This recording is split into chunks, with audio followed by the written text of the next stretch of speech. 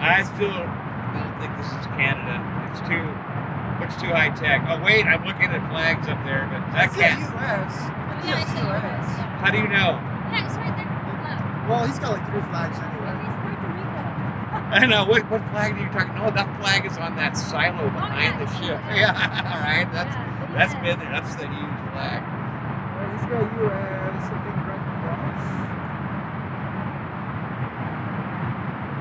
I'm seeing, I think, a Canadian flag at the top of the mast.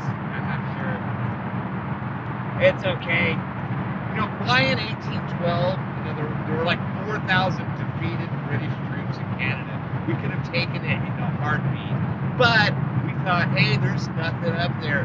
We didn't know what the hell oil and gas was at all. Well, we're going to get Greenland, damn it. I still don't know. I've been wanting to go to Greenland. Yeah, Donald Trump Jr. is going to be the new Lord Emperor of Greenland. We still don't know what country this is. This is Canada. It's got to be Canada. Yeah, it's Canada.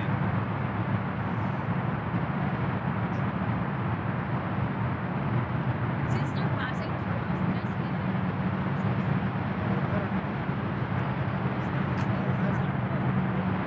It's all right. Welcome.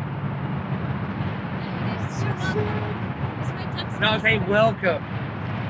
All these people that want to move to Canada, like, go, good luck with that.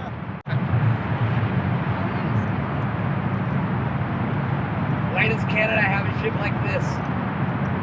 I bet no, they're supposed because they're in NATO. They're supposed to be helping us. But notice they're not in the Persian Gulf. They're right here in Portland, Oregon. Where's my maple syrup?